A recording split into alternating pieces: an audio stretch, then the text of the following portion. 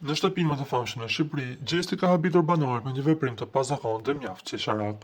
Teksa shijonte muzikën në sfond, ai u ofrua pranë një muri dhe, për habinë e të gjithëve, nisi ta puthte atë.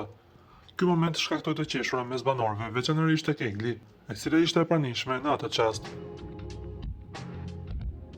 Gjesi duket se e bëri këtë veprim me qëllim që të tërhiqte vëmendjen e saj, pasi që nga rikthimi i Eglit në shtëpi ata nuk kishin pasur ende një përballje apo diskutim të drejtë për drejtë. Pas veprimit të tij, ai u kthye nga banorët dhe me një tonë të menduar la të kuptohej se gjesti i tij mund të simbolizonte një dëshirë për një puthje të vërtetë me Eglin. Kjo shkaktoi edhe më shumë të qeshura dhe reagime pozitive nga të pranishmit. Nga ana tjetër, Egli ka deklaruar Gjestit se tani e tutje do ta vë veten në rend të parë. Ti në konsciencën tënde dhe unë në konsciencën time i dim të dy se çfarë gabimesh janë bërë. Unë vazhdoj rrugën time me shumë vështirësi deri në fund. Ju drejtua Egli. Gjesti u kundërpërgjigj.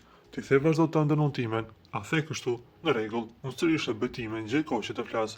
Siç shihet, Egli është e prerë se nuk do të jetë më e përfshirë në raporte me këngëtarin nga Peja.